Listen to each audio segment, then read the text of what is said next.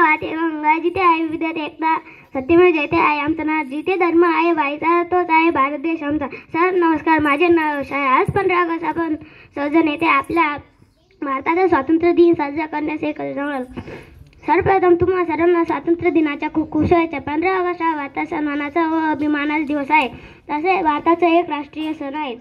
15 August 1947 रोजी आपला भारत देश इंग्रजांच्या अनेक वर्षांच्या गुलामगिरीतून मुक्त झाला.